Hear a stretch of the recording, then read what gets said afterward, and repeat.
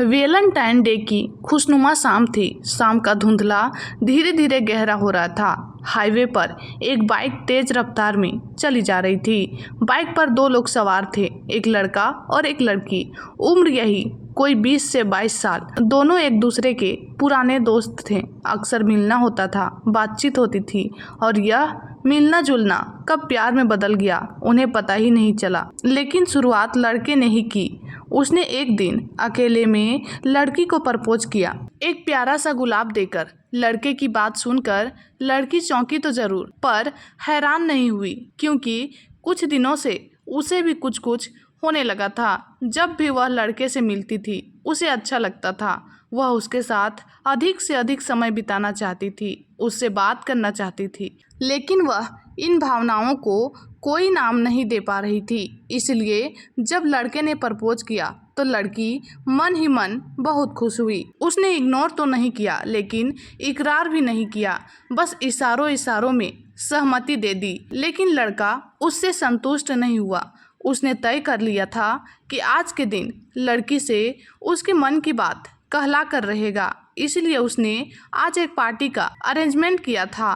Party में दोनों के क्लोज फ्रेंड्स आने वाले थे और वहां पर ढेर सारा धमाल होने वाला था। पार्टी में होने वाले रोमांस को सोचकर दोनों लोग बहुत एक्साइटेड थे।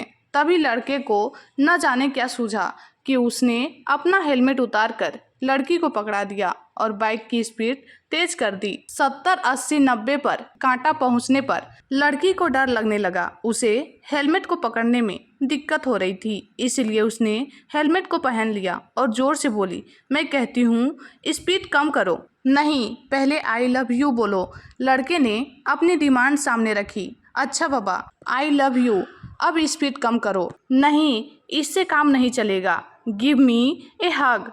कहते हुए लड़के ने मुड़कर पीछे बैठी लड़की की ओर देखा, लेकिन लड़की की नजरें आगे की ओर थी। आगे का नजारा देखकर वह लड़की एकदम से कांप उठी, क्योंकि सामने से एक ट्रक बड़ी तेज से चला आ रहा था। वह भर्राई आवाज में बोली, आगे देखो, आगे। लेकिन जब तक लड़का आगे देखता तब तक बहुत देर हो चुकी थी। अगले ही पल 90 की स्पीड में दौड़ती बाइक सामने से आते हुए ट्रक से जा टकराई।